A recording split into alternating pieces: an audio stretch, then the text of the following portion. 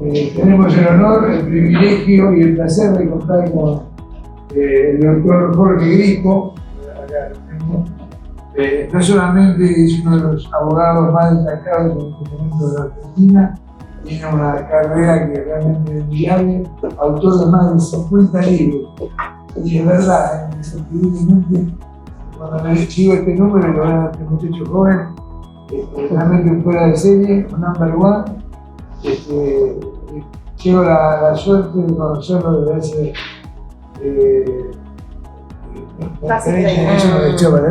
No, para nada.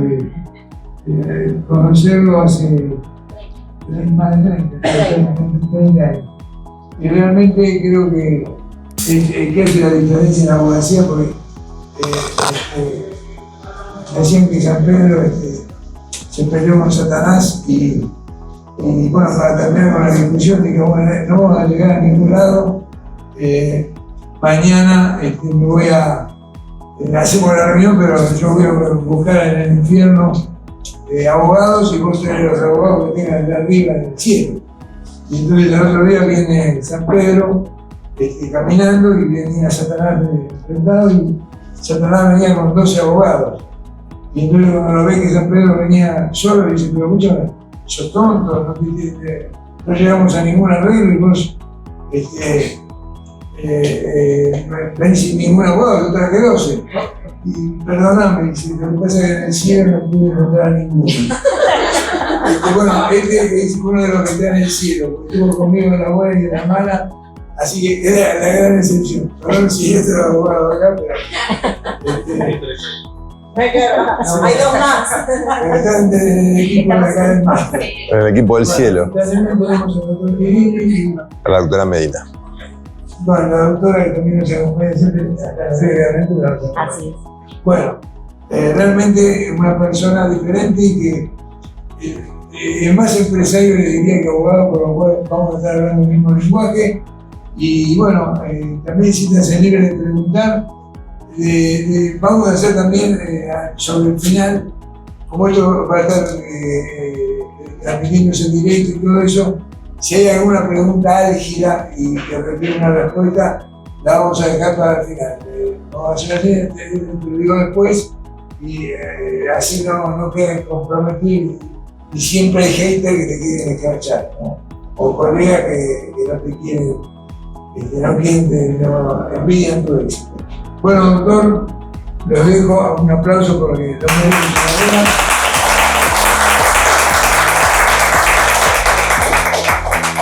Bueno, buenos días a todos. ¿Me escuchan bien en el fondo? ¿Sí? Así no gritamos tanto. En primer lugar, quiero agradecer a Daniel Saramaga y a todo el equipo de Patagonia por recibirnos de una manera tan cálida y darnos este lugar para charlar un tema que puede parecer legal, pero es más empresario que legal. Tengo más de 3 décadas de ejercicio de la profesión y realmente el derecho laboral atraviesa a las empresas en todos los sentidos posibles. Y no solo a las empresas, sino también a los particulares. De una u otra manera esto termina afectando. Y lo que vamos a hablar hoy, o la excusa para la charla de hoy, es la ley de modernización laboral. No lo vamos a hacer de un punto de vista estrictamente legal, por lo menos mi parte. Después los chicos van a profundizar un poco. Yo lo que voy a tratar es de que le queden algunas herramientas a ustedes para poder entender de qué se trata y poder tomar decisiones, sea en el lado que sea que estén. Porque acá el problema no es entender la norma, para eso estamos los abogados. El problema es entender qué hacer con todo esto. Lo que quiero hacer es darle herramientas concretas. Primero, explicarles qué cambió realmente. Y segundo, para qué sirve en la práctica todo esto. O sea, vamos a tratar de ser los más prácticos posibles. Porque si ustedes entienden 3 cosas principales que vamos a estar viendo, no van a poder gestionar el riesgo laboral en las empresas. Y la gestión del riesgo laboral en Argentina es muy complicada. A partir de ahí, hoy más que nunca el derecho laboral dejó de ser un tema jurídico. O sea, pasó a ser un tema de negocios. Me pasa con todas las empresas. Vemos sentencias de 100 millones, 150 millones, 200, 300 todos los días. Y son locuras, no se puede sostener. Entonces, es importante entender por qué se llegó a eso. Hoy el derecho laboral se discute en tribunales, pero impacta en el balance de la empresa. Por eso nosotros insistimos mucho que esto es parte del negocio. Y entender cómo gestionar el riesgo laboral es gestionar eficientemente una parte de la empresa. Durante años, y cuando digo años estoy hablando de décadas, el derecho laboral argentino tuvo una lógica que fue muy clara. Es una lógica que ya nos hemos acostumbrado. En derecho esto lo explicamos como que la relación de trabajo se expande. Les voy a contar un caso chiquito, me pasó hace más de 30 años, mi primera causa laboral. Un señor tenía una agencia de PRODE, cuando existían las agencias de PRODE. El que no se acuerda, pido disculpas, somos grandes. Y tenía un amigo que iba a cebarle mate todas las tardes. Y tomaba mate con él. No era empleado, no había una relación laboral, nada. El dueño de la agencia de PRODE murió y quedaron los hijos a cargo. El señor que iba a cebar mate hizo una demanda laboral y terminó ganando. Y es ridículo, porque no había relación laboral. Pero el derecho laboral, desde ese momento, le estoy hablando hace mucho tiempo, cualquier situación la expandía a que hay relación de trabajo. Y esto que le estoy contando pasa en las empresas con socios que terminan haciendo demandas de empleados, o ustedes subcontratan un servicio y los termina demandando un empleado del subcontratista. Por eso decimos que el derecho laboral en Argentina expande la relación laboral. Quiere decir esto, cualquier cosa termina siendo una relación laboral. Pero además expande la indemnización, porque tenemos indemnizaciones enormes que no son pagables por las empresas. Y además, esto expande el conflicto, porque hace de las cuestiones laborales una industria, que es muy rentable para ciertos colegas nuestros que se dedican a lo que se llamó la industria del juicio laboral. Y esto no es una opinión, es lo que está pasando en tribunales, es lo que pasa en la Cámara Nacional del Trabajo. Cuando a nosotros nos toca ir a lo que hacemos en el 99,9% de los casos es derecho por la parte demandada. Entonces, esto lo vivimos muy en carne propia. Ver demandas que no tienen sentido, con montos que no tienen sentido, con costas que no tienen sentido, que las va a terminar pagando el empresario aún si gana el juicio.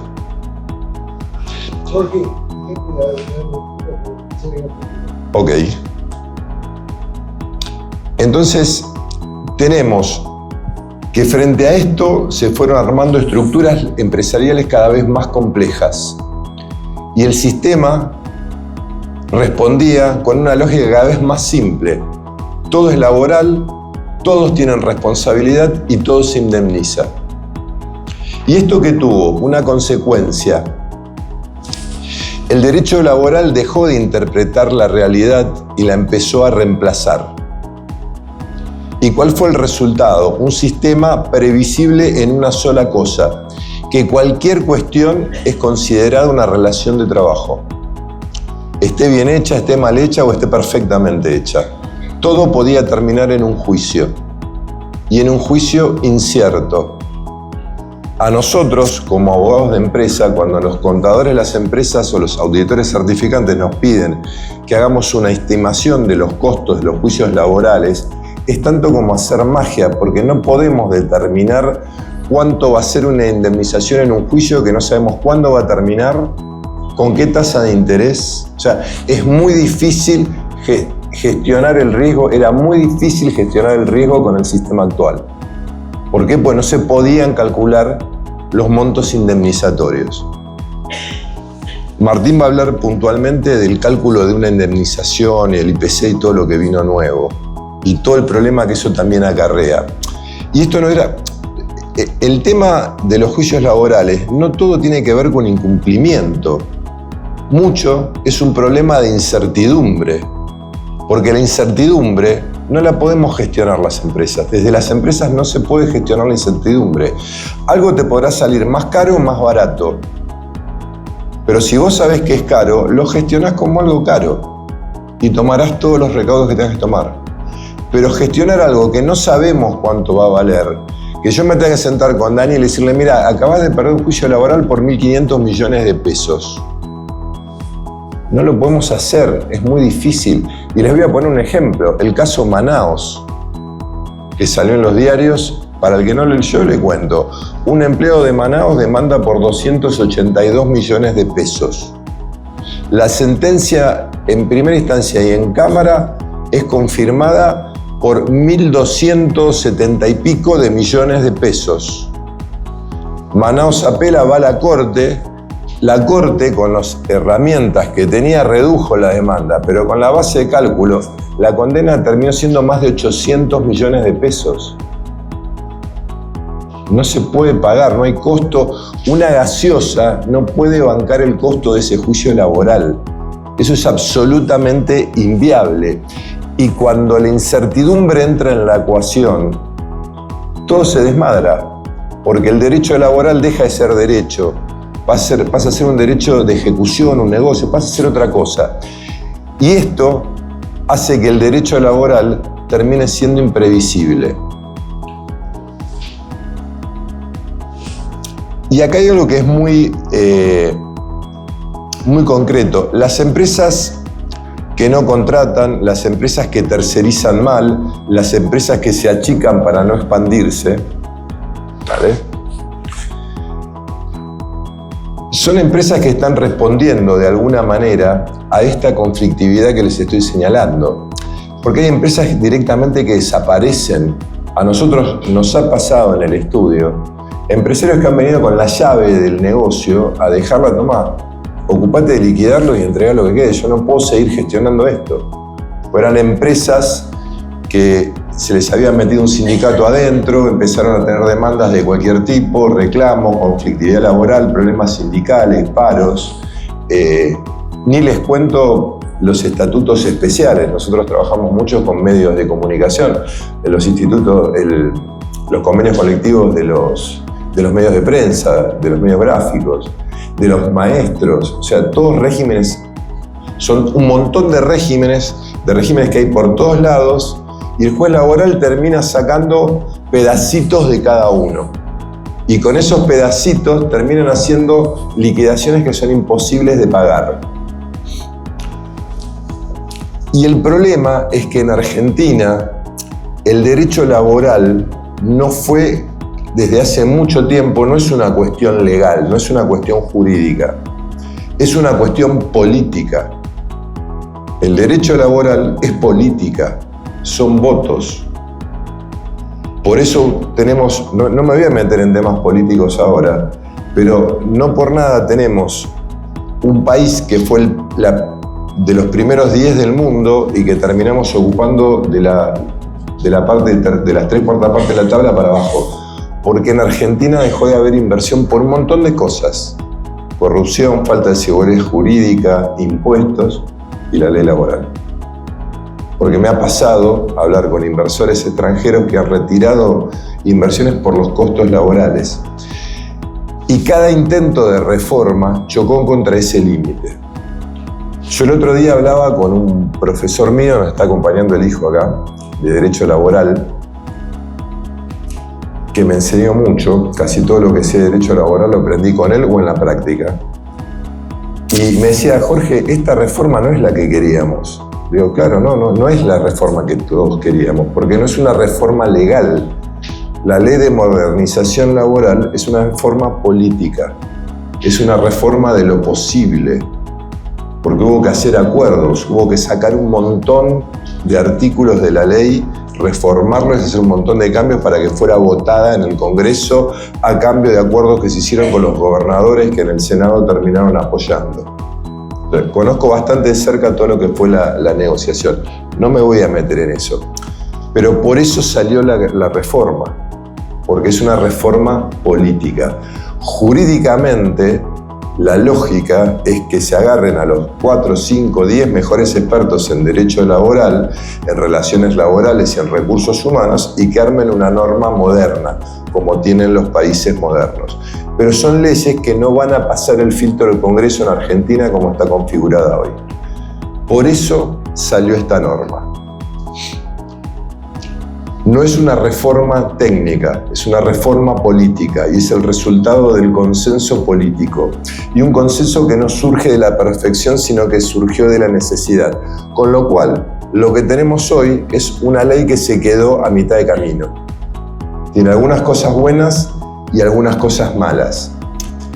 Esta ley no nace de la convicción, nace de la imposibilidad de seguir igual, que era toda la problemática que yo les contaba a las empresas, que afecta al bolsillo.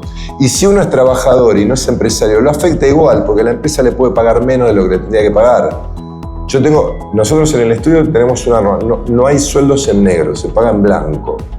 Y muchas veces, en alguna etapa, no digo que esté pasando ahora, no me aumenten porque se me cae el plan tal o tal cosa. Pero te tengo que aumentar, porque si no, no le puedo aumentar a tu compañero. O sea, se empezaba a generar conflictividad de todo tipo.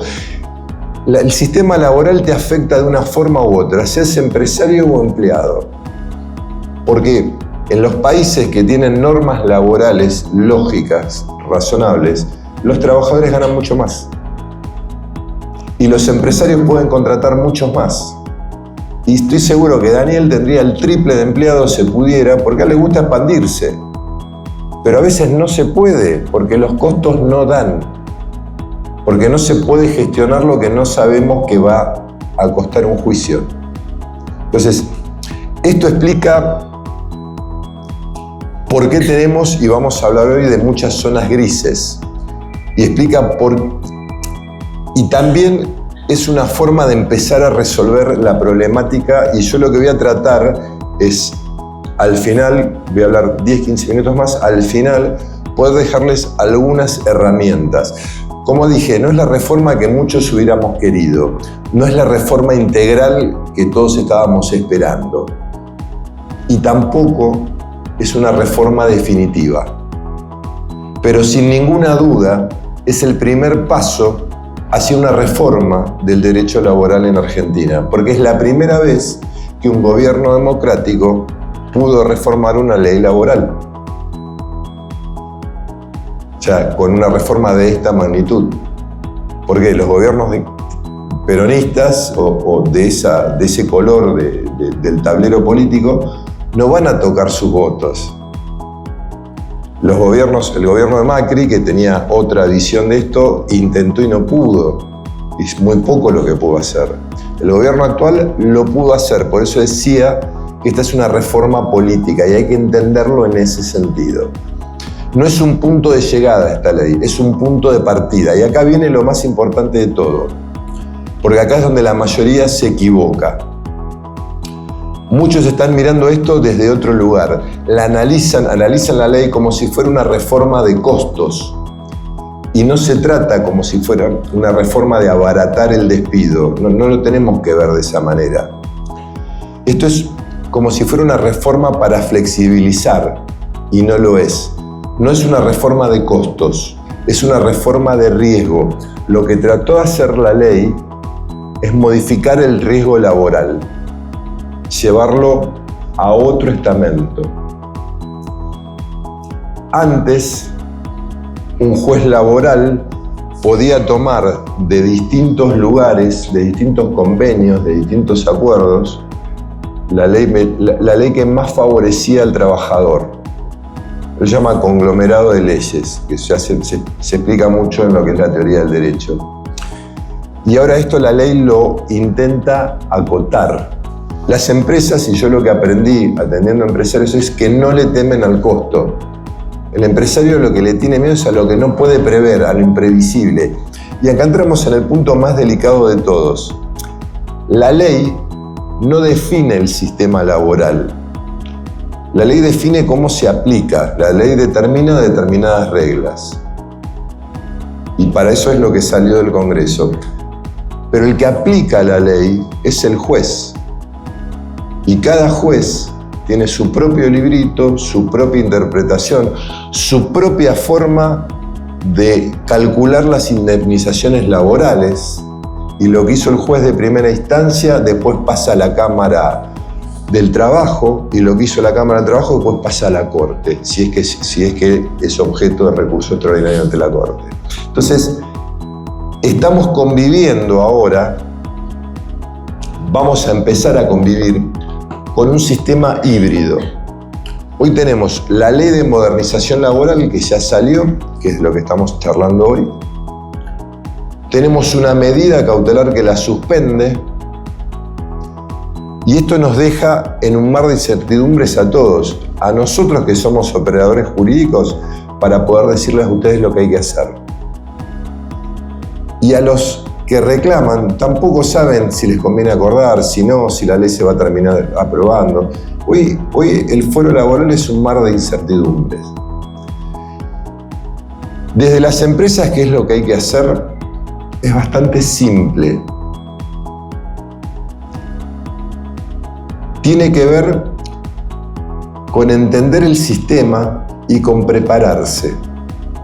El que se prepara es el que termina ganando. El que deja esto para después es el que termina pagando caro una sentencia laboral y quizás fundiéndose por un juicio que no se pudo evitar porque el cálculo daba de una manera determinada, pues son números. O sea, un expediente tiene una demanda. Esa demanda es contestada. A partir de ahí se ofrece una prueba. Los abogados vamos a audiencias, van los testigos. En el juicio laboral, en el proceso laboral se va discutiendo. Y al final, el juez lo que hace es interpretar lo que dijeron las partes y fallar. Pero tiene que fallar de acuerdo a una normativa legal. La normativa legal a raíz de la cual tiene que emitir el fallo legal hoy es la Ley de Modernización Laboral, es la nueva ley. Pero teniendo en cuenta que hay 81 artículos que están suspendidos.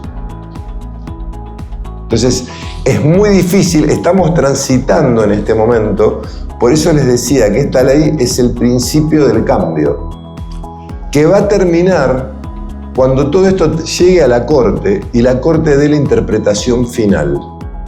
Si es constitucional o es inconstitucional, toda la norma, si es constitucional o inconstitucional una parte, o si, que creo yo que es lo que más seguramente pase, termina reinterpretando todo y armando un sistema un poco más equilibrado. Pero esto, el derecho final, el derecho laboral que vamos a tener y que nos va a regir por los próximos años, recién lo vamos a tener cuando esto pase el filtro de la Corte. No, imposible. Las sentencias que salen hoy,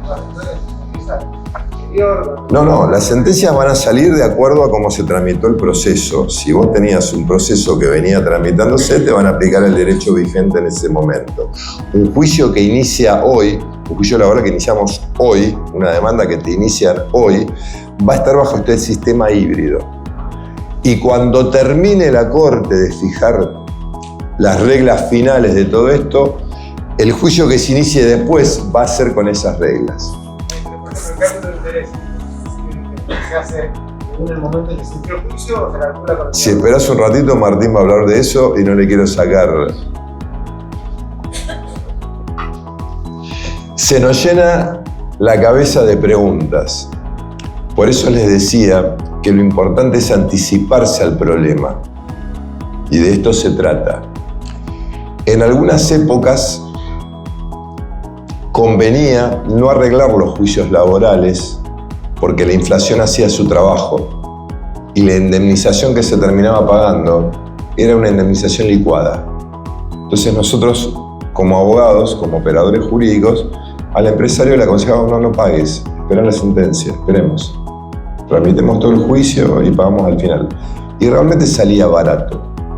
¿Cómo respondió la Cámara Nacional de Trabajo sacando una acordada que cuando la vio Mariana, yo me acuerdo se agarraba los pelos, pues me decía, esto es una locura, no lo va a poder pagar nadie, y es lo que pasó. La Cámara hizo una acordada que es obligatoria para todos los jueces inferiores donde se empezaron a liquidar de otra manera las sentencias laborales. Entonces, empezaron a salir sentencias disparatadas. Caso Manaus llegó a la Corte intentó morigerar esa interpretación, pero la realidad es que las cámaras laborales hoy cada una tiene la autonomía de hacer lo que quiera. Entonces hay cámaras laborales que tienen un color político que van para un lado, algunas cámaras laborales que son más lógicas y van para lo que dice la norma. Hay todo un popurrí de cosas. Ayer salió una acordada de la Corte 4 del 2026 que no les va a interesar en nada, pero que les afecta en todo.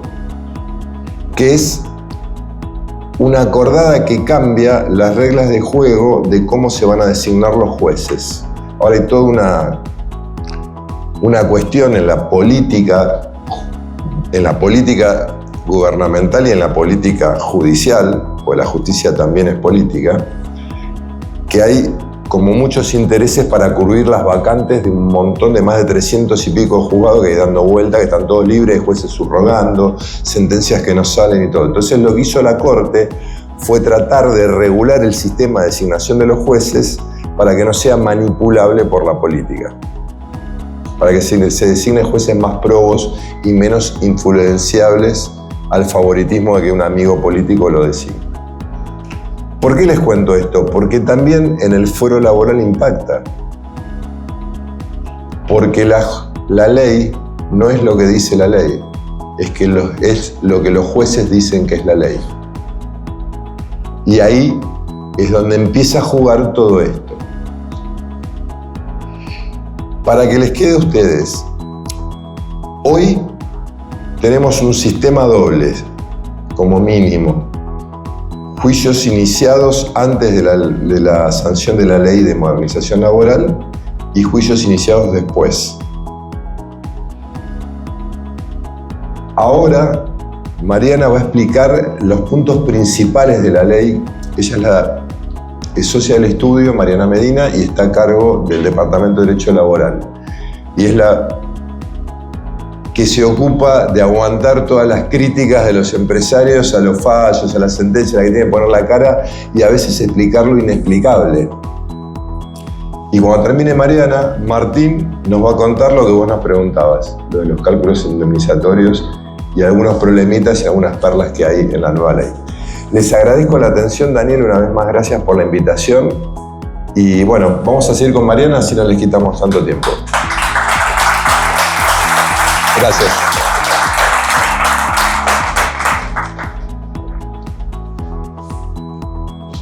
Buen día, ¿cómo va? ¿Se escucha? Gracias. ¿Podemos ponerla? Bueno, ¿cómo están? Vamos a tratar de tocar los puntos fundamentales. ¿Ahí se escucha bien? Ahí. Gracias por la enseñanza. Y en voz alta. Como dijo Jorge, hay una serie de cambios fundamentales. Sí, hay un foco muy importante en todos los empresarios en ver cuál va a ser el criterio indemnizatorio del resultado del dictado de esta nueva ley, pero hay un montón de otras cuestiones que impactan. Yo siempre digo, uno se fija en el final de los juicios, pero la realidad es que antes de que un juicio se inicie, toda esa preparación, todo ese día a día de lo que significa la relación laboral, a veces, desde el estudio por lo menos, consideramos que tiene la misma importancia que defender específicamente el juicio. Y bueno, esta reforma tomó específicamente todos esos cambios y eso que se venía hablando, ¿no? Les voy a dar un pantallazo y después en cualquier momento hacemos consultas al final. Bueno, lo primero que vamos a hablar es qué ámbito de aplicación tiene hoy en día la nueva reforma. Hay supuestos que continúan excluidos. La administración pública, por ejemplo, no integra lo que es la reforma, casas particulares, trabajo agrario, pero se enfatiza lo que seguramente muchos de ustedes nos han consultado en diversas oportunidades, que tiene que ver con la exclusión del ámbito de la ley laboral, de la nueva ley laboral, de aquellas contrataciones que en realidad tienen que ver con el Código Civil y Comercial. Son esas locaciones de obra, esos contratos de servicios, de agencia, de flete, que antes de la reforma de la ley hemos tenido en el estudio consultas e iniciaciones de demanda devastadoras, como decía Jorge, de montos absolutamente ridículos, y que en realidad nosotros internamente sabíamos que no tenían nada que ver con una relación laboral, pero teníamos que ir a discutirlo a tribunales, teníamos que oponer toda la defensa. Esas relaciones hoy en día, me parece un punto muy importante, esas relaciones hoy en día quedan fuera de lo que es la ley laboral. Así que es un punto para mí muy importante a que todos tengan en cuenta. Después se verá más adelante, lo vamos a tratar, qué hay que hacer para que eso realmente quede excluido, ¿no? Cómo hay que tratarlo. Bueno, también se incluyeron figuras que en realidad ya con la ley bases venían excluidas, que son aquellos independientes, personas independientes y colaboradores. Eso ya en la ley bases estaba determinado, pero acá se ratifica, ¿sí? Y también, lo habrán leído o escuchado, aquellos trabajadores independientes de plataformas digitales, ¿sí? Todas esas personas quedan en un ámbito fuera de lo que es la ley laboral hoy en día.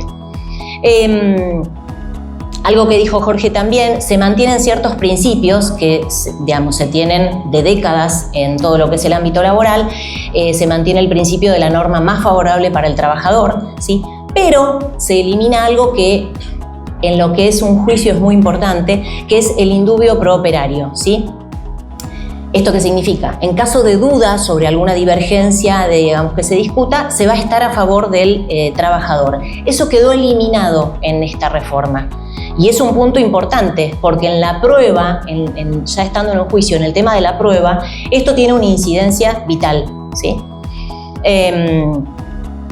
Bueno, ahí vamos al otro.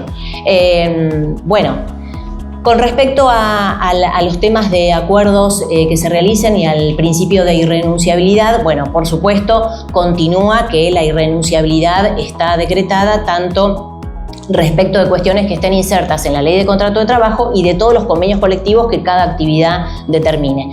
El cambio es que se elimina ese principio de irrenunciabilidad respecto de cuestiones de contratos individuales, ¿sí? Se habilita la posibilidad de pactar condiciones individuales y que eso tenga verdadera validez, que antes a veces podía estar en cierta duda y podía cuestionarse. De hecho, ciertos convenios firmados en el SECLO o en escribanías por acuerdos privados, principalmente en el SECLO, no en escribanías, se mandaban después a lo que era antes la AFIP, hoy en día el ARCA, para ser revisados en cuanto al tema de los aportes, si estaban bien hechos los aportes o no, y después podíamos tener un juicio en la AFIP. Hoy en día eso ya no se remite a la AFIP, ¿sí? O a lo que hoy en día es ARCA, ¿no? Bueno, y por supuesto se ratifica lo que ya veníamos viendo, que es esto de la cosa juzgada respecto de los acuerdos individuales, ¿sí? De los acuerdos de prestación de dinero, de acuerdos laborales. Bueno, otro de los temas que queríamos comentar, que esto es, muchos de ustedes en el estudio han tenido casos parecidos, es el tema del reingreso para un mismo empleador. ¿Qué pasaba cuando teníamos un empleador, se había ido por cualquier razón, despido, renuncia, lo que sea, quedamos en una relación más o menos amable y nos sirve su prestación, lo volvemos a llamar y a tomar? Por supuesto que no es solamente lo que está en juego el derecho indemnizatorio cuando vuelva a irse, sino también derechos de vacaciones, de licencias por enfermedad, etc. Todo eso dependía de la antigüedad y que se tomaba todo el tiempo transcurrido desde el inicio, desde que él había empezado. La ley pone un límite muy importante, que es que se toman todos los reingresos como antes, salvo cuando hayan pasado 2 años y un día, digamos, o sea, pasan 2 años y un día y los anteriores ya no los contamos. vuelve la cuenta a cero de la antigüedad, ¿sí? Es algo muy importante. Primero, por supuesto, por el tema de la indemnización, ya no contamos años anteriores, pero también en el día a día, como siempre digo, en cuanto a cuántas vacaciones le damos, o sea, vamos a contar 0 a 0 de nuevo sobre esos temas también. Y en el caso de que esta persona se haya ido y tengamos que contar igualmente su indemnización, hay un beneficio para el empleador, que es que no le vamos a descontar lo que ya le pagamos al monto que se lo habíamos pagado, que obviamente va a quedar desvalorizado, sino que lo podemos ahora actualizar por el IPC. Entonces va a dar a la nueva cifra que tengamos que pagar, va a dar una cifra significativa, ¿sí? Bueno. Yendo al tema de la presunción de contrato de trabajo, bueno, el principio general de que hay una presunción, de que cuando hay prestación de servicios hay relación laboral, se mantiene. Es un principio básico del derecho laboral argentino. Pero, como les dije anteriormente, no aplica cuando haya contrataciones de obras o servicios profesionales, ¿sí? O sea, cuando realmente sabemos que no hay relación de dependencia. Un tema a tener en cuenta en la práctica.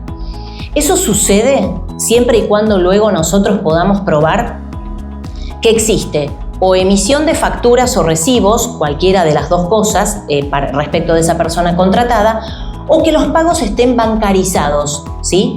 ¿Por qué les digo esto y por qué me parece importante? Porque la reforma de la ley nos va a dar un arma fuerte para defendernos en este sentido, pero tenemos que tener nosotros la precaución de tener, de alguna manera, la defensa bien documentada, ¿sí? Si nosotros tenemos a una persona contratada que de verdad presta servicios, pero le pagábamos de otra manera o no le hacíamos emitir facturas, va a ser más difícil la defensa después, ¿sí? Así que eso es para tener en cuenta. Bueno, respecto detallamos 3 tipos de contrato que son muy utilizados en general. Uno es el de tiempo parcial, es decir, el tiempo parcial se distingue de la jornada completa de una persona, ¿sí? En la contratación a tiempo parcial se elimina el límite de esas 2/3 partes, ¿sí?, de la jornada habitual que tenía que seguirse para que sea llamado tiempo parcial. Esto significa que podemos contratar al trabajador durante cualquier cantidad de horas. Bueno, y también se habilitó para este tipo de contratación las horas suplementarias. No es que no lo podemos hacer trabajar más si lo necesitamos, ¿sí? Bueno, el contrato a plazo fijo, esto también es importante. Teníamos muchos juicios en el estudio de personas contratadas a plazo fijo que se había, por alguna razón, terminado la relación laboral antes del vencimiento del plazo. Y ese reclamo terminaba siendo monstruoso, no solamente porque nos obligaban a pagar, los salarios que faltaban hasta la extinción, sino que además esa demanda comprendía un monto muy alto, comprensivo de supuestos daños y perjuicios, ¿sí? Esa cuestión de los daños y perjuicios quedó eliminada en la ley, que es un tema también muy a favor. Y bueno, respecto del contrato eventual, todos sabemos para qué lo utilizamos, es frente a determinada cuestión específica y transitoria que necesite la empresa, ¿sí? Bueno, ahí se flexibilizaron los requisitos formales y se puede utilizar sin perjuicio de no poder preverse el plazo cierto para la finalización de ese contrato. Con que tengamos determinada la eventualidad, ahora es suficiente, ¿sí? Bueno, les aclaro por las dudas, estas filminas después seguramente van a ser pasadas para que las puedan retener un poco más, porque hay cuestiones que estoy obviando, si no va a ser muy largo. Bueno, ¿qué pasa con el tema de la intermediación laboral? Por supuesto que se mantiene el régimen de intermediación vigente. Quien registra es considerado el verdadero. ¿Qué pasa? El que registra a la persona es el verdadero empleador, pero continúa ahora la solidaridad con la persona usuaria de esa prestación de servicios que nos da el trabajador, ¿sí? Solamente lo que menciona la ley es que va a ser la usuaria, va a ser responsable en la medida en la que haya laborado para ella esa persona contratada, ¿sí? Bueno, y otra de las cuestiones más de derecho colectivo es que en agencias eventuales el trabajador eventual antes podía, digamos, estaba inserto en la empresa usuaria y podía ser candidato, delegado, lo que sea. Ahora hay un coto a eso, no puede ser ni candidato ni delegado siendo contratado por otro, pero trabajando en ese lugar, ¿sí? Para la empresa usuaria no puede ser candidato. Esto tiene que ver más con derecho colectivo. Bueno, este es un tema, el de la subcontratación, que creo que todos tienen un poco en vías. A todos nos ha tocado, a muchos de ustedes, tratar el tema con nosotros en el estudio. La subcontratación ahora, subcontratar un empleado ahora se acota a la actividad normal y específica del establecimiento del cual estemos hablando, ¿sí? No tiene que ver con tareas accesorias. Y acá nosotros, en la vieja ley, llamo ahora, teníamos esa obligación de control para de alguna manera, hablando mal y pronto, no quedar pegados en esa responsabilidad por las irregularidades de la que lo había contratado. Teníamos que pedir todos los meses recibos de salario, teníamos que hacer un control muy exhaustivo, si no, en una sentencia quedábamos solidariamente responsables, ¿sí?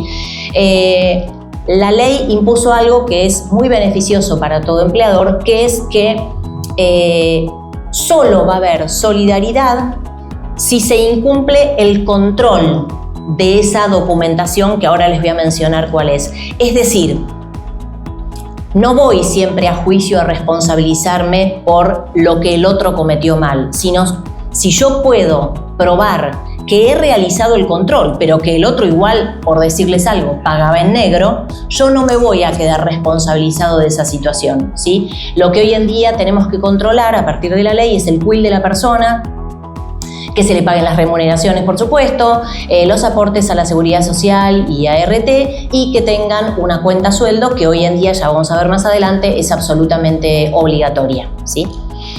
Bueno, lo de transferencia de contrato de establecimiento, bueno, es cuando, por supuesto, un conjunto de trabajadores pasan de un establecimiento al otro. La ley establece que si hay información viciada en ese traspaso, se limita esa responsabilidad, porque el que me transmitió los contratos de trabajo no me informó debidamente, ¿sí? Bueno, vamos a estos son puntos de todos los días, que ustedes nos consultan todos los días, el tema de la registración de un empleado. Muchas veces cuando tenemos juicios y nos ha tocado atender las pericias contables que vienen dentro de una prueba lógica de un juicio laboral, siempre les decimos, ten en cuenta, tenés que tener todos los libros, mostrarle al perito todos los libros, tener todo ordenado, que los libros no tengan tachaduras. Es toda una cuestión importantísima porque un juez laboral fallaba en contra del empleador tan solo con tener una tachadura en el libro del artículo 52, que entiendo todos conocerán, es aquel libro que hasta ayer, digamos, era obligatorio tener con ciertos datos lógicos de cada trabajador, ¿sí? Su fecha de ingreso, egreso y lo que cobra mes a mes. Bueno, ese requisito ya no se tiene, ya no es necesario tener ese libro, ya no lo tenemos que tener más, solamente la obligación es inscribir en ARCA a cada empleado, ¿sí? El otro tema que tenemos importante que les voy a mencionar es el de los certificados de servicios y remuneraciones obligatorios para entregar al finalizar cualquier relación laboral, sea renuncia, despido o lo que sea. Antes era un verdadero trastorno. Teníamos 30 días para entregar ese recibo. Casi nunca terminábamos cumpliendo con ese plazo porque no terminábamos de pagar los aportes del mes anterior, del mes de desvinculación.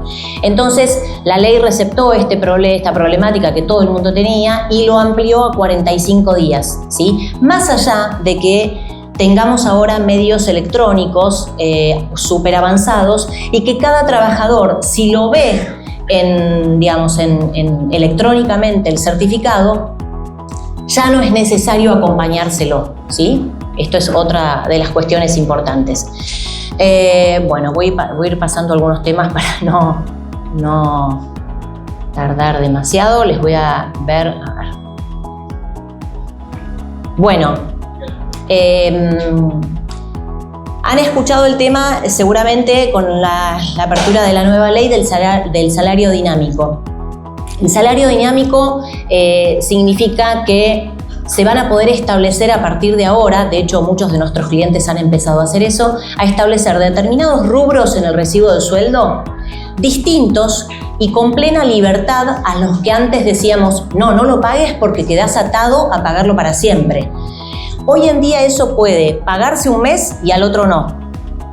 También puede otorgarse un beneficio con ese rubro de pago de salario, un premio o lo que sea, a cierta cantidad de empleados que tengamos y a otros no. Y eso no va a significar discriminación, tiene que ver con, de alguna manera, un beneficio especial por cómo es la persona, ¿sí? Eso ya no va a tener, consecuencias jurídicas.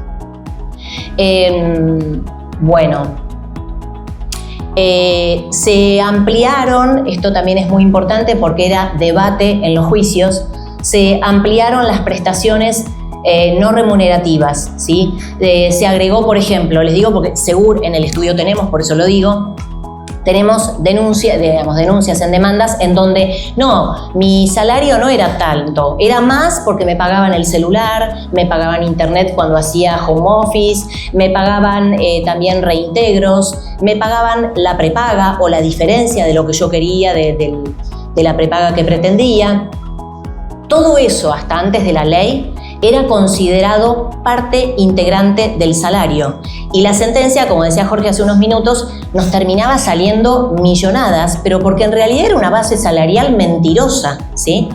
La ley receptó todo este tema y consideró que esto ya no son más, por ley, ahora, prestaciones no remunerativas, ¿sí? Bueno, voy rápidamente a comentarles que seguramente también lo habrán escuchado, lo del tema del banco de horas. El banco de horas es, a ver, ¿cómo lo llamo? Como un nuevo instituto en la ley que permite de alguna manera algo que en algunas empresas se venía haciendo, esto de, mira, el miércoles no puedo ir, pero el jueves puedo ir doble turno, y a lo mejor al empleador le convenía esto también. Entonces terminaba acordándose, ¿no?, entre ambos. Pero era algo que después podía ser sometido, que me lo quiera cobrar después igual, ¿no?, como horas extras. Ahora, creándose esto del banco de horas, sugerimos siempre en la lectura que hicimos de la ley desde el estudio que si van a articular el banco de horas, lo hagan con precisión, que las reglas sean claras en cuanto a su utilización por el trabajador y por la empresa, para que después no haya confusiones y esto se mezcle. Pero podemos aumentar o reducir la jornada en base a esta posibilidad de este banco de horas creado, ¿sí? Bueno, con respecto a otro tema, que siempre se habla, el tema de las vacaciones, también hubo una modificación importante. Tenemos, primero que por acuerdo entre ambas partes puede establecerse fuera de los periodos normales, y lo más relevante es que la notificación que antes debía hacerse 45 días antes de la fecha en la que le decíamos que empezaran las vacaciones, ahora se redujo a 30 días, ¿sí? Y otra de las cuestiones importantes era qué pasaba cuando un trabajador cursaba su licencia de vacaciones y en el medio se enfermaba.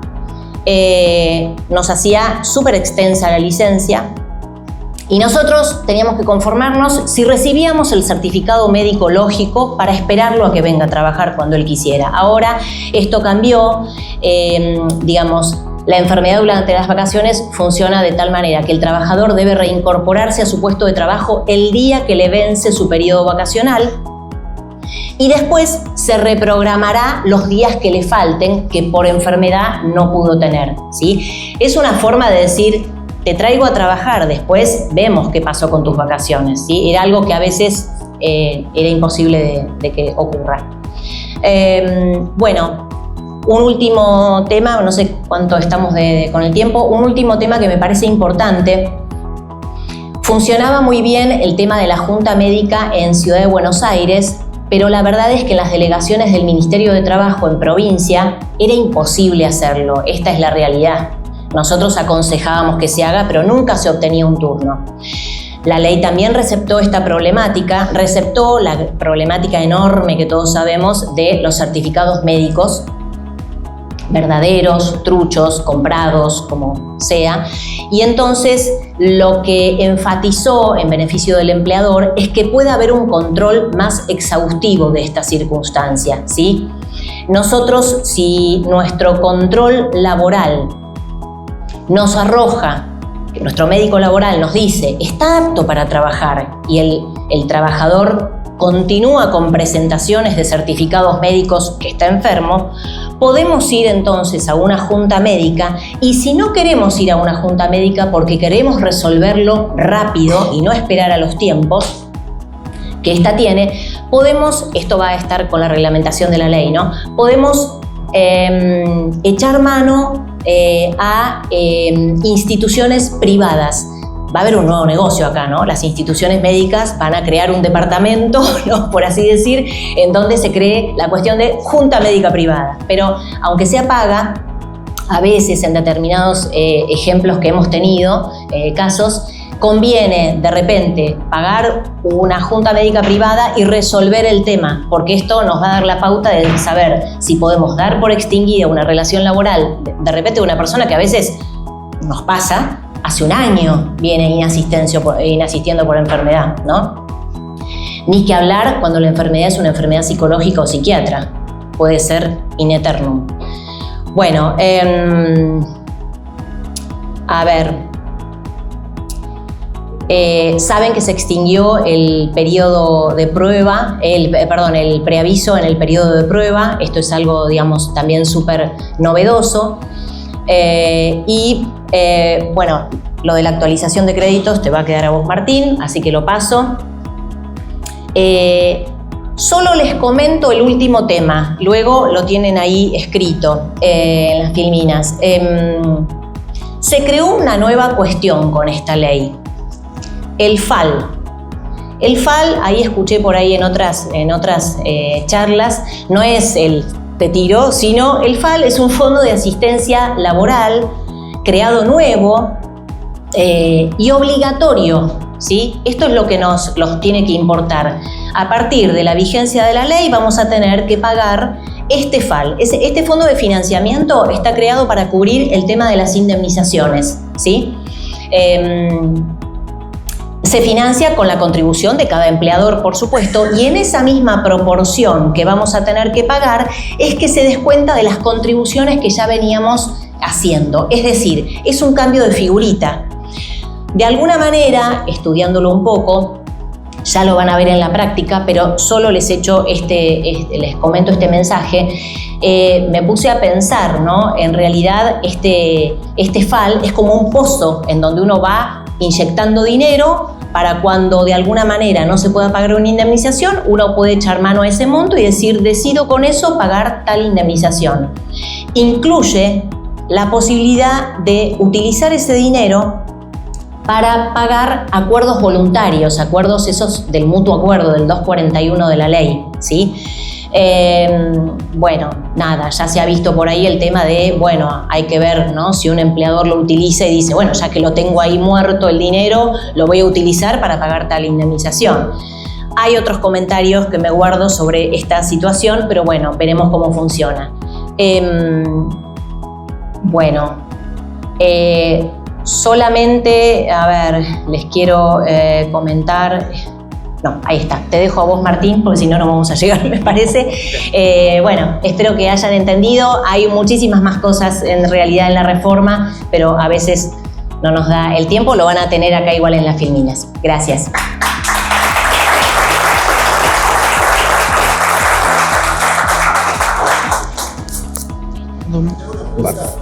Sí. Esto Es un fondo distinto, es un fondo nuevo, se parece un poco al de la construcción, sí, tenés razón. Se va a utilizar para todo lo que no es empleados de la construcción, o sea, para lo que incluye la ley de contrato de trabajo, ¿sí? Pero sí. Exacto. Sí, y es instantáneo, ni siquiera el empleador tiene que hacer nada porque queda en la cuenta del trabajador. Así que sí, de hecho, te comento, Gonzalo, este FAL va a ser obligatorio, vamos a tener que abrir una cuenta especial solo para hacer este depósito. Les repito, esto es nuevo y es importante, va a estar mejor explicado con la reglamentación que tiene que salir cuando veamos si se suspendió o no y qué pasa. Levante la medida cautelar. Exactamente. Yo te hago una pregunta, ¿esa plata se va a ir con la inflación? Por supuesto. ¿Se puede poner a trabajar? Sí, claro, por supuesto que va a haber un sistema de intereses ahí. También sobre esa misma cuenta. es buena tu pregunta porque también la ley lo aclara y me olvidé decirlo. Se va a actualizar con el IPC. O sea, nos actualizan los créditos por el IPC, pero también nuestro dinero que depositamos se va a actualizar con el IPC. Sí, si no queda igual o nada. Claro. Una pregunta, cuando arrancaste una charla dijiste que había determinadas actividades o que antes se asociaban como relación laboral directa y ahora no. Sí. Uno igual lo tiene que probar, porque antes igual se consideraban, ahora la ley dice no se considera. Sí. No se considera igual como... Sí. Mira, es difícil ver ese tema. La realidad es que cada caso es una circunstancia muy particular y cada caso se va a aprobar de verdad con lo que tenga cada circunstancia. Por eso yo les mencionaba, primero porque lo dice la ley, pero además porque propiciamos esto, que para cualquier defensa que tengamos que articular, lo bueno es prepararla antes, no cuando tenemos el juicio o la indignación. Por eso digo, y más con este requisito que te voy a mencionar, el tema de emitir recibos o facturas tiene que estar mes por mes para atrás, ¿sí? Frente a un reclamo que nos venga sobre eso. Pero viste que antes se consideraba relación laboral encubierta. Uno tenía siguiente, se llama personalidad del empleado y decía... Ahora no, por eso digo, esto es 180 grados. O sea, ahora eso, que hemos tenido, digamos, juicios todos de esto, ahora no se considera. Así que ese es un punto importantísimo. Reitero, ya venía un poco la tesitura del gobierno con la ley Balcer, ¿no? Ya venía introduciendo este tema, pero ahora es ley. Es importantísimo. Ahí sí. Con la realidad de las facturas. No se aclara, a ver, la ley no va a aclarar nada sobre eso, por supuesto, te doy nuestra opinión desde el estudio. Siempre tratamos, en la vieja escuela que teníamos desde hace 20 años tratando estos temas, siempre tratábamos de que esas facturas claramente no sean correlativas, pero no por una cuestión obvia. Si verdaderamente esa persona es un prestador de servicios, se supone que a otra persona va a hacer otro servicio o a otras dos personas. Entonces, más que nada tenía que ver con mostrar la realidad de lo que significaba su servicio. Me lo presta a mí y se lo presta a otro, ¿sí? Otro de los temas que yo, te lo digo porque lo consultaste especialmente, pero para que todos entiendan, para mí también es muy importante en el estudio avisorar que el tema del detalle de cada factura no es menor. El detalle de que ese prestador ponga en la factura, si dice honorario diciembre, honorario enero, honorario febrero, estamos medio escuetos. En cambio, si dicen la prestación que prestó, valga la redundancia, en ese momento en el que está facturando, todo tiene mejor color. ¿Sí? No sé si respondí tu pregunta en cuanto a la facturación. Hay que ser puntilloso para ganar el derecho, la realidad es esa. Y máxime cuando de verdad esas relaciones, ¿cuántas relaciones hemos pagado en tribunales que eran servicios? Y eran servicios realmente consensuados con esa persona. Esa mensajería, la típica que... Totalmente. Más, Sí, totalmente. En ese caso, si no tienes un contrato de trabajo con esa persona, un monto anual, lo que sea, los pagos, No me gusta tanto, Gonzalo. Cuando es... Sí. pago cada 2 meses, cada 1. Te cuento, nosotros esos contratos, antes de la ley, los completábamos con determinadas cláusulas que nos parecía muy importante colocar para la defensa. Por ejemplo, si era, digo cualquier cosa, si era un arquitecto el que nos estaba prestando ese servicio, nosotros intentábamos colocar alguna cláusula que refiera a que si el profesional no podía prestar el servicio en el momento requerido, él se hacía cargo de completar el servicio con otro profesional de su misma calidad, etcétera, etcétera. Porque de alguna manera dejábamos el litigio personal de la ley. Bueno, Martín. ¿Estamos? ¿Qué tal? Buenos días. Bueno, respondiendo un poco a la pregunta que habías hecho vos, la ley intentó solucionar el problema de las indemnizaciones laborales con 2 artículos. El 276, que en realidad es una reedición de un artículo que fue sufriendo algunas modificaciones, pero que viene desde el año 76, que es la posibilidad de repotenciar o de indexar las indemnizaciones, pero intentó limitarlo con el artículo 55. El artículo 55 de la nueva ley lo que establece es que para los juicios en trámite se va a aplicar una tasa diferenciada, que es la tasa pasiva del BCRA. ¿Por qué hizo esto? Para entender cuál fue la lógica que intentaron los legisladores al momento de establecer la ley. En el 276 lo que fijan es IPC más 3%, ¿sí? Si nosotros aplicamos IPC más 3% para los juicios que vienen en trámite, las sentencias van a seguir siendo igual de millonarias. Igual. ¿Por qué? Porque el IPC no es una tasa de interés, es un índice. Los índices de actualización es una especie de capitalización. ¿Por qué? Porque el índice se toma siempre del índice anterior. Yo tengo la inflación del 3% de marzo. Cuando me digan el IPC de abril, no es el IPC de abril tomando el índice base, es con relación al mes anterior. Entonces, si vos empezás a sumar índice tras índice, no hace más que capitalizar. Entonces, ¿qué es lo que fue pasando? Cuando estas sentencias se transforman en sentencias de 200, 300, 400 millones, lo que ocurrió fue justamente eso. Capitalizaron intereses o capitalizaron montos. Entonces, vos tenías una sentencia de 2 millones de pesos o 3 millones de pesos, al aplicarle un índice y no una tasa de interés, porque las tasas de interés son simples. Si yo tengo 340% de interés, es 340 sobre el monto. En cambio, si aplico el índice sobre el mismo periodo, en vez de tener 340%, voy a tener 3000%. Entonces voy a multiplicar por 390 ese monto. Y así pasamos de 2 millones a 400, a 500 millones o al número que fuere, porque encima le aplicaban, lo que decía Mariana, una base mentirosa, porque sumaban no sé, lo que es el teléfono, la obra social o lo que fuere. ¿Qué hizo la justicia? ¿Qué quiso hacer el legislador? Dijo, bueno, para los juicios en trámite le vamos a aplicar el 55 y le vamos a aplicar la tasa del BCRA. No sobre el monto histórico, inicial. Sobre el monto que te dé la sentencia. A vos te da la sentencia y la ley te dice, bueno, listo, le aplicás el BCRA, ¿sí? Que es un monto más alto que las tasas, que incluso que la tasa activa, que es lo que se aplica en los juicios comerciales o en los juicios de daños, es más alta, pero no es tan disparatada como un índice de actualización como el IPC. Sobre todo porque es IPC más 3%. Ahora, ¿por qué hicieron eso? Porque el gobierno, que fue el que promovió esta ley, está pensando que de ahora en adelante la inflación va a bajar. Entonces, como consideran que la inflación va a bajar, ese IPC va a ser bajo, esa actualización va a ser baja. ¿Por qué? Porque si hay inflación cero, ¿cuál va a ser el índice de actualización? 3% anual. A eso apuntan. Ahora, se olvidaron de algo.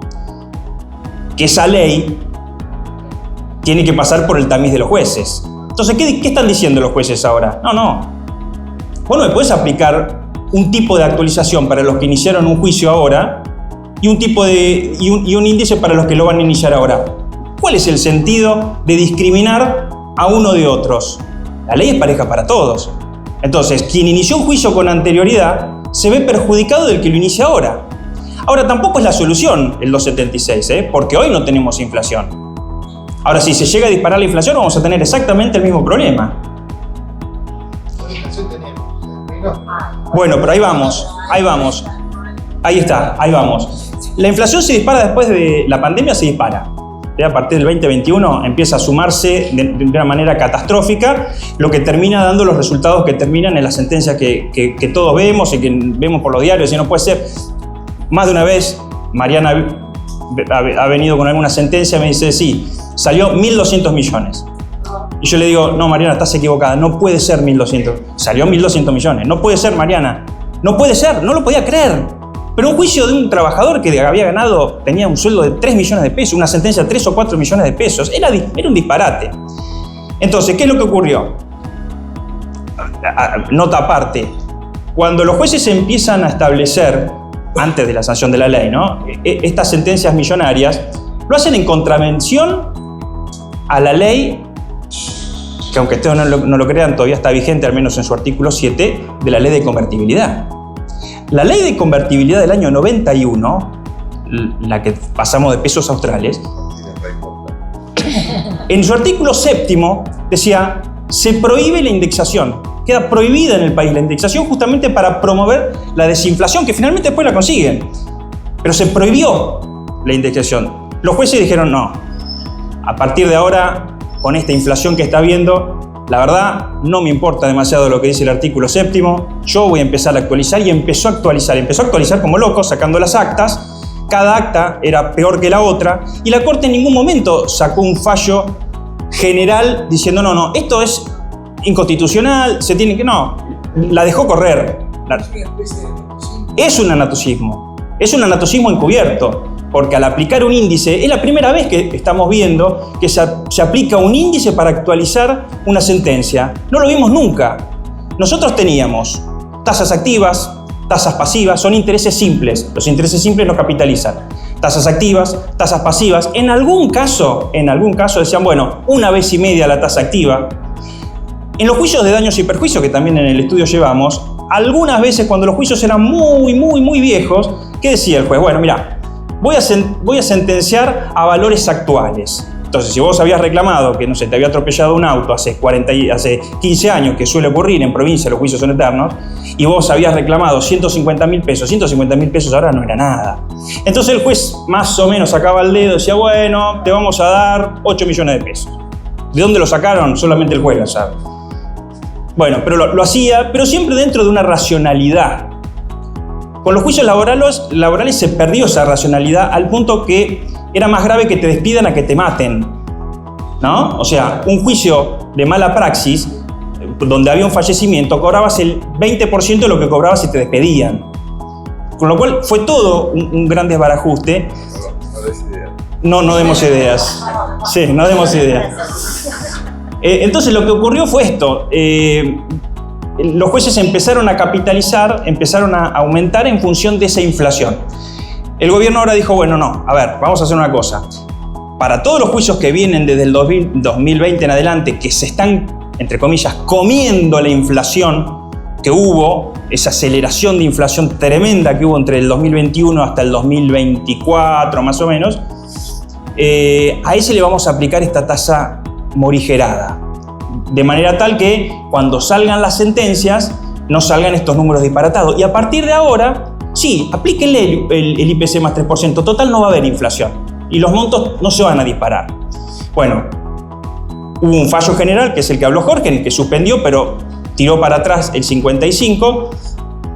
Pero no es tan importante. Lo importante es lo que va a pasar en cada caso.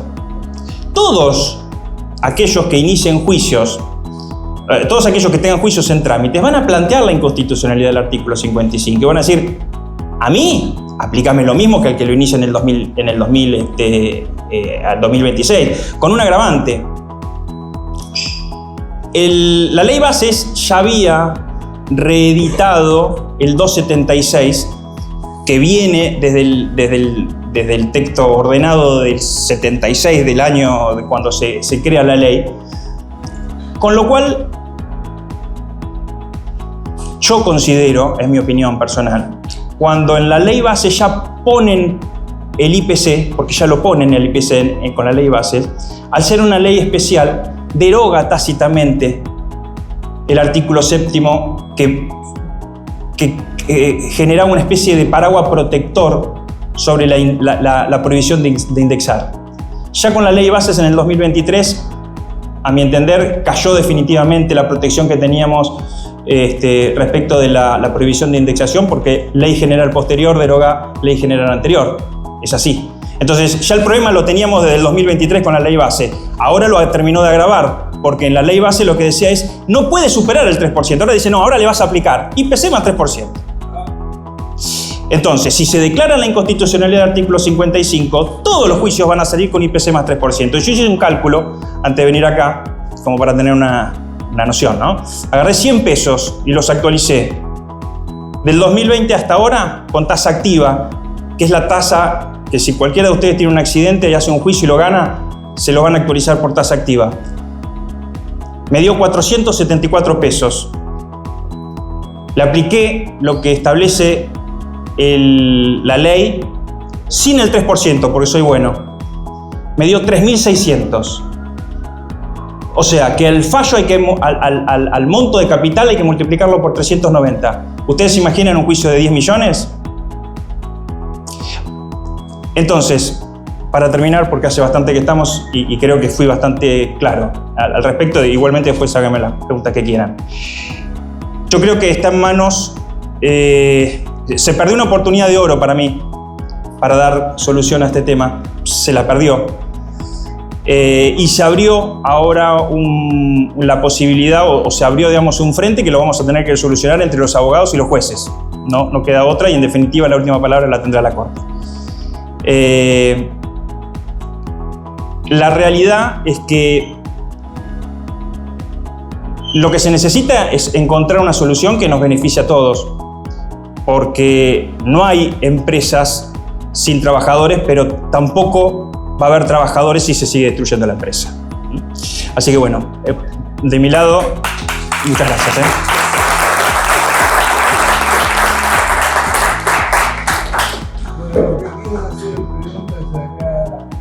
Profesionales de excelencia. Sí, puedo hacer una pregunta. A mí que me alegra que escucharlo. La institución máxima de potencial de convenio, ¿qué hay de eso? Había leído algo de eso, ¿cómo está? No, la indemnización saldrá lo que tenga que salir y a lo sumo será limitada, que lo establece el propio artículo 55, hasta el 67, digamos, no puede ser menor del 67% de lo que puede llegar a dar IPC más 3%, pero no va a haber limitación de ningún tipo. Ahí te van a contabilizar la cantidad de años trabajados por el sueldo que vos tenías, y a lo sumo ahora se clarificó la cuestión de que no te suman el aguinaldo, que algunos jueces te lo sumaban y otros no, pero no, limitación no vas a tener y la sentencia va a correr.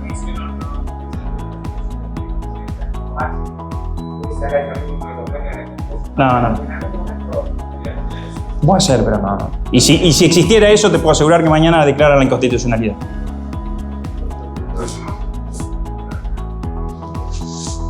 Mi pregunta va más por el orden político, que es donde vos que empezaste desde acá. Entonces, quería saber si tenemos que ponerme un puntaje de 1 a 10 en este principio de ley que no sabemos dónde termina y a lo cual estamos acostumbrados a Argentina, porque en Argentina nunca sabemos qué es lo que pasa el día de mañana. Y si yo fuese un inversor extranjero que, por las razones ya expuestas, no hubiese invertido en Argentina por los costos de la ley laboral. En base a esta nueva ley laboral que aún no tenemos reglamentada, y supongamos que vamos por buen camino, ¿qué puntaje le ponemos a esta nueva ley y cuánto es lo que un inversor extranjero estaría dispuesto a hacer o invertir para volver a Argentina en base a esta nueva ley? 2 y 0 para responder. Del 1 al 10, en mi opinión, obviamente, la reforma avanzó 2 casi 7. Más no se puede avanzar porque no llega la política. Y si yo le tengo que recomendar a un inversor extranjero por alguna cuestión, ¿qué está pasando para la muerta? Data cero. Porque todavía no está definido para dónde va a terminar de crear la moneda. Las cuentas que explicaba Martín recién, que el que maneja en el Excel del estudio, son económicas. Entonces, invierto en seguridad, yo lo veo de otro lado. Pero más allá del aspecto de la seguridad jurídica, de la que estamos de todo esto, al principio de la charla pareció como que esta nueva ley planteaba ventajas para el empresario en la medida de poder animarse a tomar gente, cosa que hasta ahora tiene sido un disparate para los empresarios por el miedo que tenemos en la utilización y sus consecuencias, ¿no? La ley fue un claro avance en otra cosa. La ley fue un claro avance por muchas de las cosas que dijo Mariana y por muchas de las que no puedo decir por falta de tiempo, por un montón de cuestiones. Desde las startups que pueden contratar, la extensión del periodo de prueba, un montón de cosas, son todas beneficiosas. Ahora, el 30 de marzo salió la primera medida cautelar, originaron 82 artículos. A la semana repitieron uno, ¿por qué? Porque la cuenta le daba peor, si no lo hubiese dejado. Con lo cual, ¿qué quiero decir con esto? Que es lo que yo traté de explicar en la primera parte. Hasta que todo esto no termine de pasar el filtro de la Corte, no vamos a tener las reglas de juego claras. Por eso les decía que hoy estamos conviviendo con un sistema híbrido, donde tenemos una ley sancionada, 81 artículos suspendidos, juicios anteriores, juicios nuevos, hay de todo. Por eso es importante, y era un poco el mensaje que yo quería dejar en todo esto, es anticiparse. Hubo una época donde no convenía arreglar los juicios laborales. Y hoy prefiero arreglarlo, porque no sé cuánto va a dar la cuenta. Ahora, ¿qué pasa? Te vienen a correr con una pistola y te piden 100 millones de pesos, algo que vale 20, no lo podés pagar. Entonces no estás eligiendo el juicio, bueno, por lo menos elegí tramitarlo adecuadamente. Porque hay un montón de cosas que se puede hacer desde la prueba, desde un montón de situaciones. Por ejemplo, estaban hablando de la contratación de profesionales. Preguntaban si las facturas podían ser correlativas o no. Y esto es un tema. Pero ahora, ¿cómo se resuelve? Si yo tengo un profesional, un arquitecto que contraté para que me haga determinado trabajo que no van a hacer, y le pago 3 millones de pesos por mes por sus servicios, por valor de 3 millones de pesos, me hace una sola factura y después me hace el juicio laboral. Y yo puedo probar que en el juicio, por un montón de circunstancias, no cumplió horario, no le daba empleo. Ahí es donde empieza a valer la defensa jurídica. La buena abogacía suele ser cara, pero la larga es la más barata. No importa el estudio, no importa que somos nosotros otros, no importa que sea bueno, que haya criterio, que tenga una lógica. Y nosotros somos los intermediarios entre un sistema desquiciado como es el sistema laboral judicial argentino y las empresas que tratan de generar valor, de construir, de crecer, y muchas veces terminan matando al mensajero. Pero el problema es el sistema. Nosotros sabemos que tenemos que lidiar con eso. Por eso, hace rato que decimos en el estudio que dejamos de ser abogados y nos ocupamos de solucionar problemas. Porque lo que tenemos que gestionar es problemas. Y por ejemplo, yo vengo de estar un año entero en Cancillería Argentina. Participé en la que fue la inversión de Río Tinto en Vaca Muerta. Y la parte de la web fue una parte importante de otras cosas que se podrían haber hecho y que Río Tinto decidió pasar. O sea, ¿hay inversión extranjera? Una. Río Tinto trajo 7.500 millones de dólares. A mí me lo pasa la documentación. Me conozco bastante. Podrían haber traído el triple. Pero fue una inversión también más política, si se quiere. Pero Vaca Muerta es una realidad. Es una realidad que nos puede cambiar la vida a todos. Lo que pasa es que nos parece que está lejos, nos parece que no es justicia, pero la justicia laboral termina siendo política. Porque el trabajo es político, son votos. Esto es lo que usted tiene que tener como empresario para poder gestionar el riesgo. Y si sos trabajador, también te va a jorobar, porque tu empleo va a terminar siendo el trabajo va a estar siendo siempre más remunerado. El mismo trabajo en otro país te van a pagar seguramente mucho más. Siéntase libre de seguir preguntando la duda que tengan. Perdón, a mí me quedó una consideración para hacer a tu consulta. Me parece que respecto de esa pregunta que hiciste, ¿qué seguridad jurídica va a tener una empresa que venga de afuera y que quiera contratar? La verdad es que me parece de suma importancia lo que pase con esta cautelar en la Corte. Porque, como decía Jorge, los jueces son los que, al fin y al cabo, van a tener que interpretar el nuevo articulado de esta ley que acaba de salir. Entonces, si nosotros tenemos una ley excelente, que como les conté, trae muchos beneficios en el día a día y que a uno lo proyecta a poder hacer cosas a futuro, pero que después va a venir un juez que me va a aplastar, digamos, con cosas que no tienen nada que ver, me parece que es importante esto, la reacción que tenga también la Corte frente a la nueva ley, ¿no? Martín, una pregunta. Terminaste la presentación un poco esperanzante, ¿no? Concreto, porque me decís, se va a aplicar el IPC más 3% en juicios que nos arranquen ahora o que sean históricos. No es que se va la cosa es así. La ley es clara y te dice, para los juicios que están en trámites es el artículo 55, que es la tasa del BCRA. Con lo cual, si no te declaran la inconstitucionalidad de ese artículo en particular, en ese juicio te van a aplicar esa tasa y no vas a tener el IPC más 3. ¿Está? Ahora bien, también es cierto que si vos empezás a tener despidos hoy, el IPC más 3 no es malo. Porque vos estás teniendo una inflación de 2-3%, que supuestamente va a ir a la baja en los próximos años. Los distractos que se produzcan de ahora en adelante, vas a tener IPC más 3. Con lo cual, si vos lográs una baja de inflación, como se viene en principio sosteniendo hasta ahora, y vos llegás a una inflación de 1 o 2%, vos le sumás el 3% más el 1 o 2%, vas a tener una actualización baja, o por lo menos equiparable a lo que eran las tasas activas, ¿sí? O sea, en definitiva es, si no te declaran la inconstitucionalidad del artículo 55, todos los juicios que vos tengas en trámite hasta ahora te van a aplicar la tasa diferenciada, salvo que te decreten la inconstitucionalidad, la cual va a quedar siempre en manos de la Corte. Los juicios que vayas a tener de ahora en adelante, ¿sí?, te van a aplicar el IPC más 3, que no está mal porque no tenés inflación, ¿tá? Ahora bien, si te dispara la inflación, bueno, vamos a volver un poco a los problemas que tuvimos después de la pandemia con los juicios que están cayendo ahora. Eso va a quedar Vos por me ley. decís que a manos de la Corte. Sí.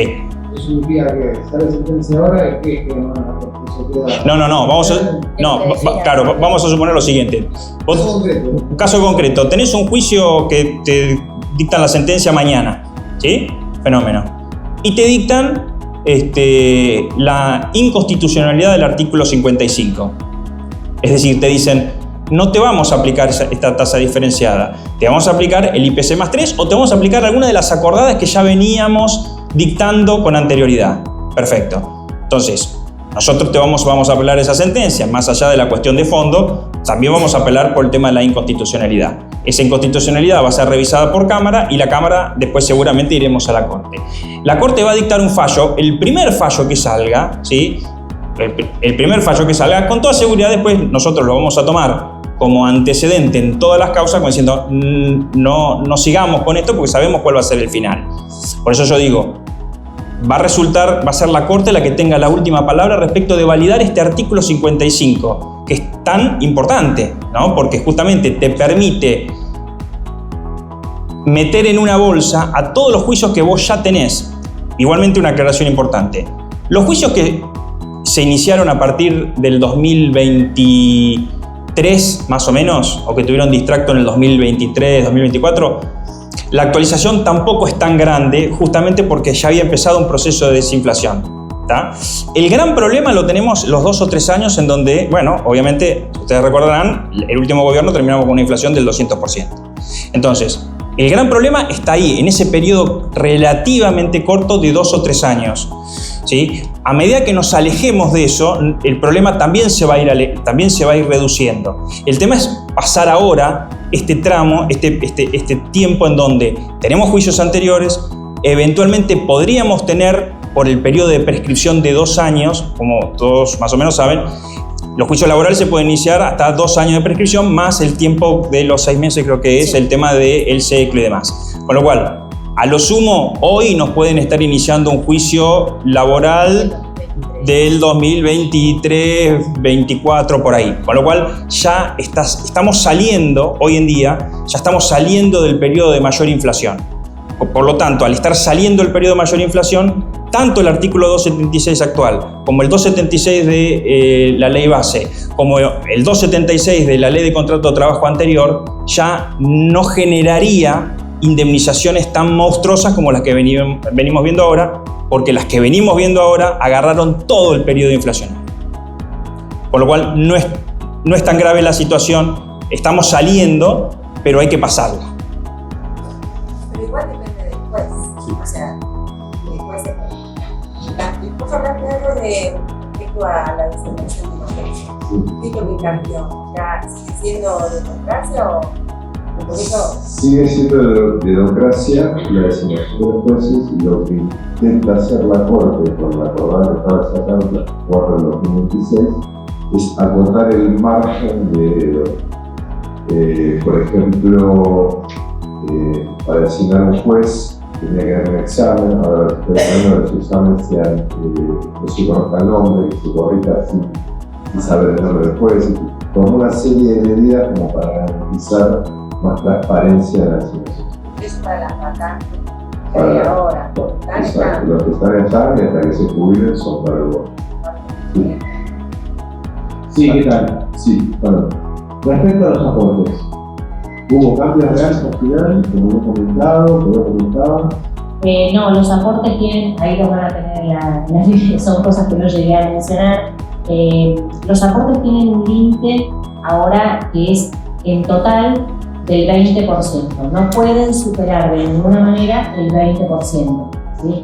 Y los aportes, esta es el gran tema de los convenios de las asociaciones colectivas, los sindicatos, no pueden llegar tiene que ser como máximo del 2%. Por eso hay esta puja tan tremenda. El 20% relacionado con... El total, el 20% es el total de cualquier tipo de contribución. No puede superar ese porcentaje. ¿Sí? Es una especificación que se hizo en la ley que quienes tengan más relación con liquidación de sueldos o contadores sabrán que también es bueno porque, digamos, en contribuciones es pagable y uno a veces, nada, terminamos contratando también un poco por esto porque es clarísimo.